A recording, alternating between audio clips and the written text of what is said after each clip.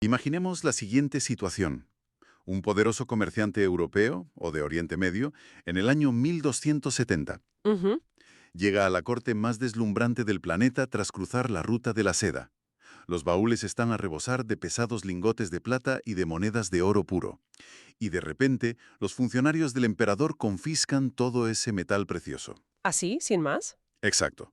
Y a cambio, entregan unos pedazos de papel, hechos de corteza de morera y sellados con tinta roja. Si el comerciante se niega a aceptar que ese papel vale lo mismo que su oro, la pena es directamente la muerte. Es un escenario que parece sacado de un estado distópico moderno, la verdad. Totalmente. Pero en realidad constituye el primer uso a gran escala de dinero fiduciario puro en la historia humana. Una innovación económica brutal implementada no por un banquero del Renacimiento, sino por un hombre nacido en las tiendas de campaña de la estepa asiática. Y por eso hoy traemos un análisis a fondo sobre esa figura colosal, el responsable de esa medida. Kublai Khan, el nieto del mítico Genghis Khan. Eso es. Tenemos sobre la mesa un abanico inmenso de registros enciclopédicos e históricos. Y la misión de esta inmersión es comprender cómo este líder nómada pasó de aprender lecciones básicas de administración a fundar la dinastía Yuan, orquestando una maquinaria de asimilación tecnológica sin precedentes que, literalmente, devoró Eurasia. Ujú. Pero, sobre todo, vamos a explorar cómo esa misma expansión desenfrenada terminó chocando contra los límites infranqueables de la física, del clima y de su propia mortalidad. Vale, vamos a desgranar esto, porque el viaje al poder absoluto de Kublai arranca muy lejos de los palacios imperiales, arranca con un fracaso estrepitoso. Sí, a ver, para calibrar adecuadamente el nivel de sus reformas posteriores es indispensable analizar sus primeros pasos. Y los textos históricos conservan un detalle fundacional del año 1224. Cuando era solo un niño, ¿no? Exacto. Kublai es un niño de 9 años en ese momento. Acaba de abatir a su primera presa, un conejo y un antílope. Ujú. Y su abuelo, Gengis Khan en persona, realiza un antiguo rito chamánico.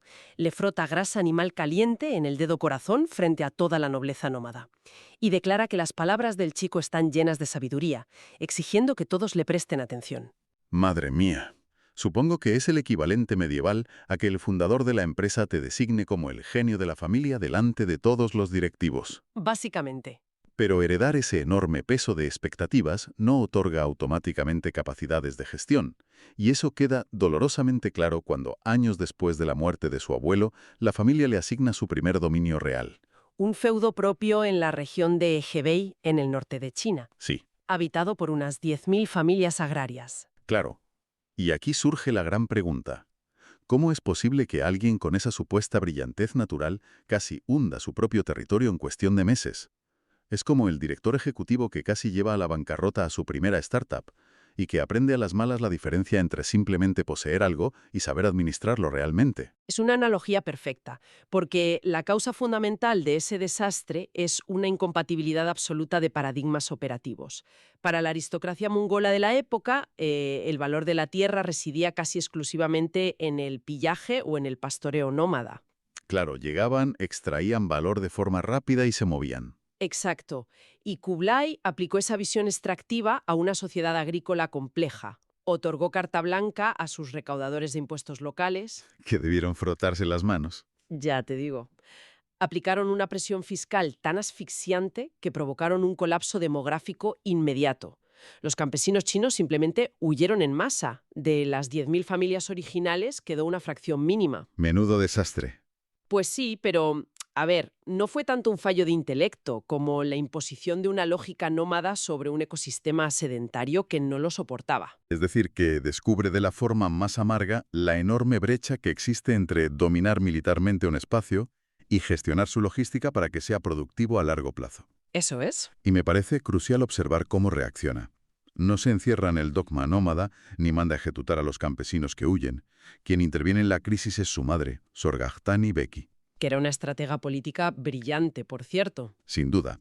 Envían nuevos administradores civiles, reajustan por completo las cargas fiscales y con muchísima paciencia logran que los agricultores regresen a las tierras. Y esa intervención fue, en muchos sentidos, la verdadera educación política de Kublai. Comprendió empíricamente que la fuerza bruta cabalgando por las llanuras es inútil sin una burocracia civil que garantice la estabilidad agraria. Totalmente. Ese cambio de mentalidad le lleva a rodearse de asesores de la etnia Han, eruditos chinos como el poderoso monje budista Haiyun. Con el que debatía de filosofía, si no recuerdo mal. Sí, sí. Y también el polímata Liu Bingzong. Y ojo, esta sofisticada red de influencia china no fue un simple capricho intelectual. Fue la base logística que le permitió sobrevivir al conflicto más devastador de su vida, la Guerra Civil Toluiz. Claro, tenemos que entrar en esa guerra civil porque cambia el mapa de Asia para siempre. Muere su hermano mayor, el gran Khan Monke, y el imperio se fractura. Kublai se enfrenta a su hermano menor, Arik Boke. Pero, corrígeme si me equivoco, esto no fue una simple disputa dinástica entre hermanos, sino un choque frontal de ideologías sobre cómo debía ser el imperio, ¿no? Original, y aglutinaba a las facciones conservadoras. Los que exigían mantener la pureza nómada. Eso es, la vida en la estepa y el rechazo total a la asimilación. Por otro lado, Kublai, respaldado por sus asesores chinos y operando desde el norte de China, representaba la centralización estatal, la burocracia y la agricultura. O sea, el futuro. Exacto. Y en un conflicto de desgaste, los recursos agrarios ilimitados y la riqueza del norte de China que Kublai había aprendido a gestionar proporcionaron una ventaja logística insuperable. Ganó quien mejor pudo alimentar a su ejército, no quien montaba los caballos más veloces. Fíjate qué cambio de mentalidad. Y al asegurar la victoria y el título de Gran Han en el año 1264, toma una decisión que consolida esa visión centralizada. No gobierna desde la periferia mongola. En 1271 proclama oficialmente la dinastía Yuan. Reclama para sí el mandato del cielo, estableciéndose como el legítimo emperador de China, y traslada la capital a Dadu, sobre la que hoy se asienta Pekín. Un movimiento muy audaz. Y para articular este monstruo territorial recién unificado, necesitaba una innovación económica radical, que nos devuelve a lo que hablábamos en la introducción, el papel moneda. Aquí es donde se pone realmente interesante. Básicamente obligó a todo un imperio a confiar en un trozo de papel, confiscando su oro real. ¿No es este el primer ejemplo de dinero fiduciario puro creado a la fuerza? Lo es, sin duda. La instauración del Jiao Chao en 1260 es probablemente uno de los experimentos de política monetaria más audaces de la historia. A ver, Kublai se enfrentaba a un problema de escala monumental.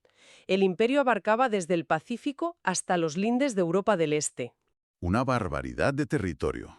Pues imagínate mover el valor económico a través de caravanas cargadas con millones de monedas de cobre o plata a lo largo de esas distancias. Era logísticamente inviable.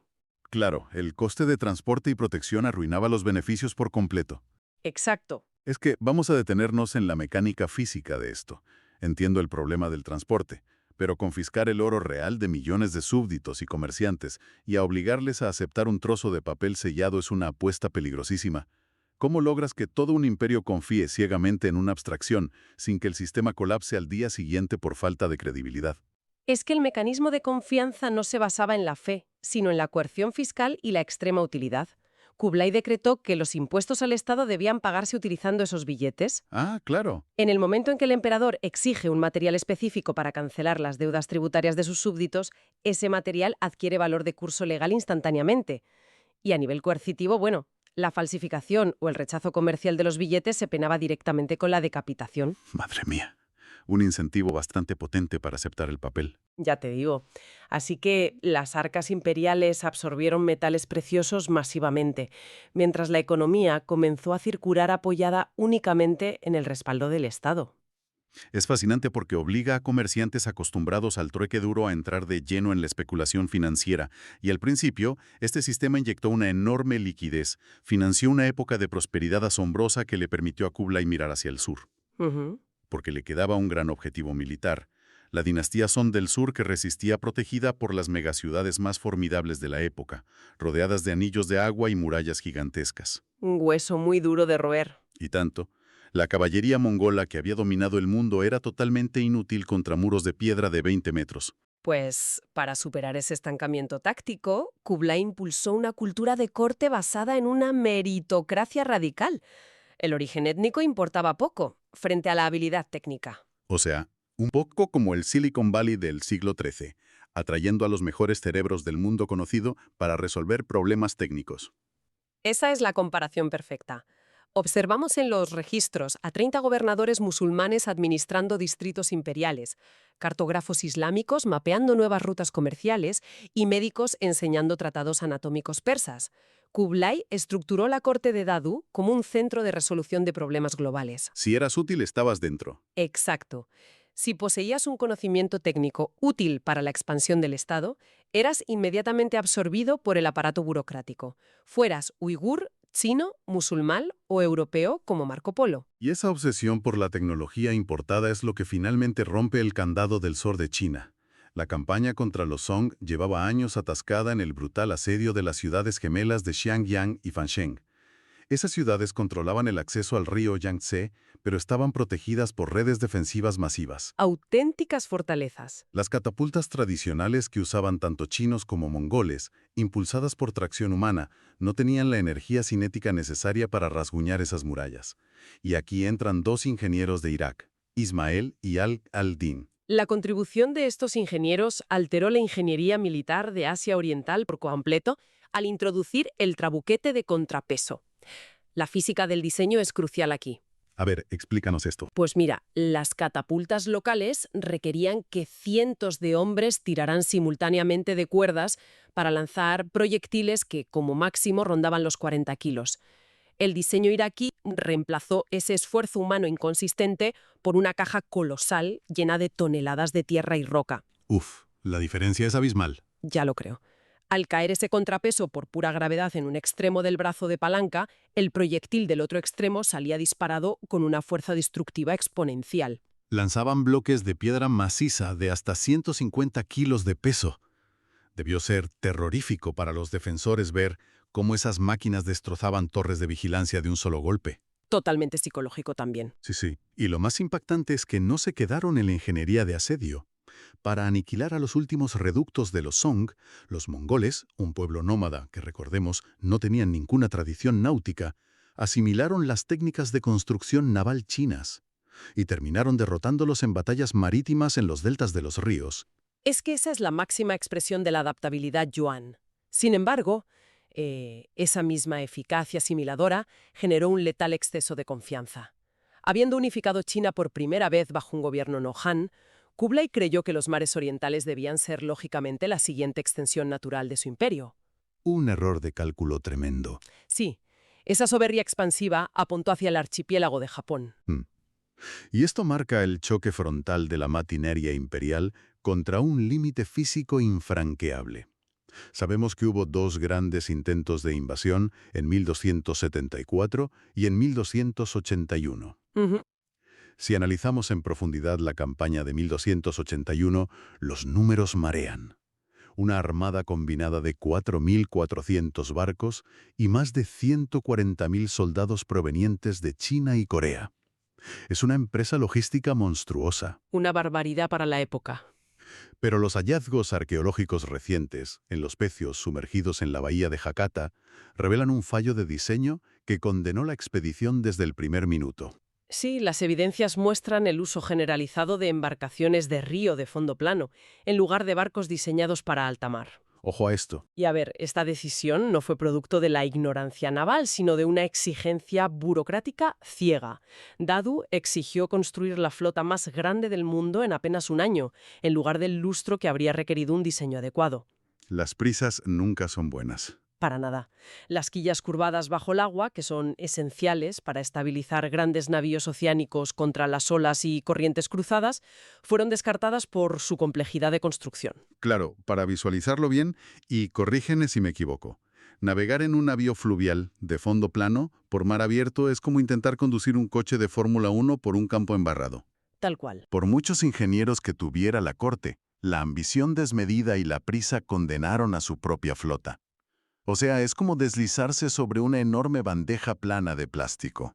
En un río tranquilo, vas muy rápido y puedes cargar mucho peso, pero al menor embate lateral en aguas turbulentas, te das la vuelta porque careces de esa aleta inferior pesada que contrarreste el movimiento. Es un desastre esperando ocurrir. Y las consecuencias de esa vulnerabilidad física fueron devastadoras tanto a nivel humano como psicológico. Se rompe el mito, ¿no? Exacto, se rompió el mito de la invencibilidad mongola.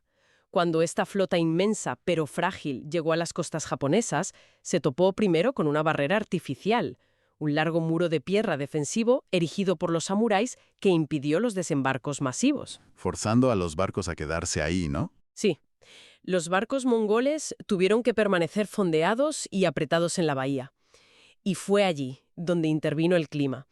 Los tifones, conocidos en la tradición japonesa como el kamikaze o viento divino, destrozaron los barcos de fondo plano con una facilidad aterradora. Quedó demostrado que los cielos y los mares no se rendían ante decretos burocráticos. Y el desgaste de recursos no se detuvo en Japón. Las crónicas recogen campañas militares exhaustivas adentrándose en las impenetrables selvas de Vietnam, incursiones en Birmania y hasta una expedición naval hacia la isla de Java. Una locura tras otra. Geografías totalmente adversas a sus tácticas, que resultaron en decenas de miles de bajas y un consumo abismal de riqueza a cambio de simples juramentos nominales de vasallaje, que a la hora de la verdad no servían para nada. Y ese consumo desmesurado de riqueza, fíjate, nos conecta de forma directa con el lado oscuro de la innovación monetaria que examinamos antes. El Estado, incapaz de costear la reconstrucción constante de flotas hundidas y ejércitos diezmados en la jungla, basándose en ingresos reales, recurrió al recurso más fácil para una autoridad fiduciaria: imprimir dinero sin respaldo alguno. La receta perfecta para el desastre. Aceleraron la emisión monetaria, incrementando artificialmente la oferta sin ninguna producción económica detrás. Estamos hablando de una inflación generada directamente por el Estado. Entremos en los números de este colapso, porque la escala asusta. Los expertos en política monetaria yuan saben que la expansión fue irracional. Ya lo creo. Los registros financieros son muy esclarecedores. A comienzos de la década de 1270, el volumen de papel moneda en circulación equivalía aproximadamente a unos 110.000 ding. Para clarificar esta medida a quien nos escuche, un ding equivalía a un lingote que pesaba cerca de 2 kilos de plata maciza.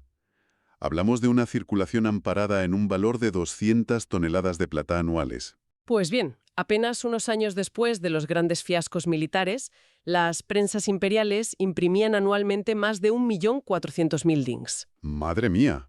Es decir, multiplicaron por 14 la masa monetaria. Pasaron del equivalente a 200 toneladas de plata a más de 2.800 toneladas en valor nominal en cuestión de años. Y claro, eso destruye el poder adquisitivo de cualquiera. Los billetes que los ciudadanos habían sido obligados a aceptar bajo pena de muerte perdieron su valor a un ritmo vertiginoso, arruinando a la clase mercantil y evaporando por completo la confianza pública en el sistema. El daño ya estaba hecho. Sí. Y la devaluación profunda de la moneda actuó como el síntoma más visible de un imperio que había sobreextendido tanto sus fronteras físicas como sus estructuras de confianza. Y lo más sombrío de este proceso es el paralelismo temporal con el deterioro biológico y emocional del propio Kublai. La erosión económica del Estado ocurrió simultáneamente al colapso del círculo íntimo que le anclaba a la realidad administrativa. Es un colapso personal que golpea muy rápido. En el año 1281, el mismo año que el tifón aniquila su flota en Japón, fallece la emperatriz Chabi. Y sabemos por los documentos que ella no ocupaba simplemente un rol ceremonial, era una consejera de primer nivel. Chabi era una figura estabilizadora clave, sí. Su agudeza política templaba repetidamente los instintos más agresivos de la aristocracia mongola. Hacía de contrapeso. Exacto. Y equilibraba la balanza de poder frente a las demandas de los funcionarios chinos de la corte. Su pérdida dejó a Kublai sin su principal confidente intelectual. Y, por desgracia, el golpe definitivo ocurrió poco después, en 1286, con la muerte prematura de Shenjin. Su heredero designado. El hijo en quien se había invertido toda la educación filosófica confuciana para garantizar una transición dinástica pacífica. Pierde de golpe los pilares emocionales y políticos de su legado. Las crónicas describen a un emperador que, entrado ya en los 70 años de edad, sufre una transformación radical. Se encierra en sí mismo. Suspende las asambleas multitudinarias con eruditos extranjeros. Ya no quería ver a nadie. corta el acceso directo a sus antiguos ministros y empieza a gobernar como una figura distante, dictando órdenes casi exclusivamente a través de la mediación de su joven nueva reina, Nambuy, el arquitecto de una red burocrática global aislado dentro de su propia capital. Es muy triste, la verdad. Y el deterioro físico siguió de cerca el aislamiento psicológico. Buscó consuelo abandonando cualquier moderación en su estilo de vida. Regresó a una versión hipercalórica de la dieta esteparia basada en enormes ingestas de carne y un consumo abusivo de alcohol. Pero sin moverse de palacio. Claro, carente de la extenuante actividad física de sus predecesores nómadas. Los diagnósticos retrospectivos señalan el desarrollo de obesidad mórbida, agravada por una diabetes no tratada y episodios de gota que le provocaban dolores articulares incapacitantes. Entonces, ¿qué significa todo esto? Es un final trágico. Un hombre que redibujó los mapas del mundo no pudo escapar al dolor de perder a su familia ni gobernar su propia salud. Resulta profundamente irónico. Desde luego. Movilice toda su red logística para convocar a chamanes coreanos y a los mejores herbolarios de Vietnam, buscando desesperadamente curas en todos los rincones del vasto mundo que domina. Pero el sistema de carreteras más sofisticado de la época no podía transportar una cura para la depresión clínica. Ni para los efectos biológicos de años de excesos. Eso es, excesos físicos y duelo crónico. Hacia 1293 rechaza públicamente presidir los rituales del Año Nuevo, evidenciando una desconexión total del plano terrenal. Poco después, a principios de 1294, muere a la edad de 78 años. Abordar el legado histórico de Kublai requiere manejar múltiples contradicciones, y enormes además. Por un lado, consiguió lo que había eludido a generaciones enteras de estrategas. Unificar China. Exacto. Unificar a una China enormemente productiva y trazar fronteras administrativas que sentarían la matriz geográfica sobre la que se construyeran las dinastías Ming y Qing. Demostró la viabilidad del dinero fiduciario como motor del comercio transcontinental. Pero el precio de esa integración fue devastador. Sus campañas de expansión forzosa consumieron millones de vidas y provocaron una hiperinflación que arruinó la misma economía que él había diseñado. Nos muestra que puedes construir la infraestructura estatal más avanzada de tu tiempo e integrar el talento global. Pero el exceso de arrogancia al ignorar los límites materiales del entorno natural siempre pasa factura. Subraya una constante histórica innegable. Por muy brillante que sea el diseño de una burocracia imperial, en última instancia está sometida a la frágil psicología de los seres humanos que la lideran y a las fuerzas incontrolables de la geografía que intentan dominar. Lo que me resulta verdaderamente sobrecogedor de todo este análisis profundo, y es una idea que invita a reflexionar a quien nos escuche sobre cómo se construye nuestro presente, es comprobar lo mucho que los grandes giros de la historia pueden depender de detalles técnicos aparentemente minúsculos. Ya, es para pensarlo. Volvamos la vista por un instante a aquellos ruidosos astilleros en la costa china hacia 1280. Hay órdenes imperiales inflexibles desde Dadu. Construir miles de barcos, rápido. ¿Qué habría ocurrido si los ingenieros navales hubiesen logrado oponerse a esa presión burocrática? Cambia todo. Si hubieran tenido el margen temporal para incluir quillas curvadas bajo el casco de esas naves, haciéndolas robustas frente al oleaje del mar abierto. Si esas flotas hubieran soportado la fuerza de los tiforas en la bahía de Hakata y logrado desembarcar a toda la fuerza invasora. Es que estaríamos hablando de otro mundo. La historia, la cultura, la identidad misma de la nación japonesa podría ser irreconocible hoy en día, diluida bajo la maquinaria estatal mongol y china. La autonomía secular y el curso histórico de todo un país dependieron, en sentido estricto, de que unos burócratas ordenaran omitir una pesada viga de madera bajo el agua para ganar tiempo. Un recordatorio ineludible de que la historia no avanza solo a través de grandes edictos políticos o teorías económicas. Frecuentemente se decide en el terreno puro y duro de la mecánica, la física estructural y la resistencia de los materiales frente a la atmósfera. Así es. Demuestra que por mucho que un imperio consiga asimilar el talento de todas sus provincias y comportarse como una fuerza aparentemente imparable de la naturaleza, Sí. la naturaleza real, la que desencadena los tifones en el océano y la que debilita el frágil cuerpo humano desde dentro, siempre dicta la última palabra. Gracias por acompañarnos en este minucioso recorrido por la historia de Kublai Khan y la dinastía Yuan. Seguid cuestionando las fuerzas impredecibles y los minúsculos detalles técnicos que dan forma a nuestro mundo. Nos escuchamos en la próxima inmersión.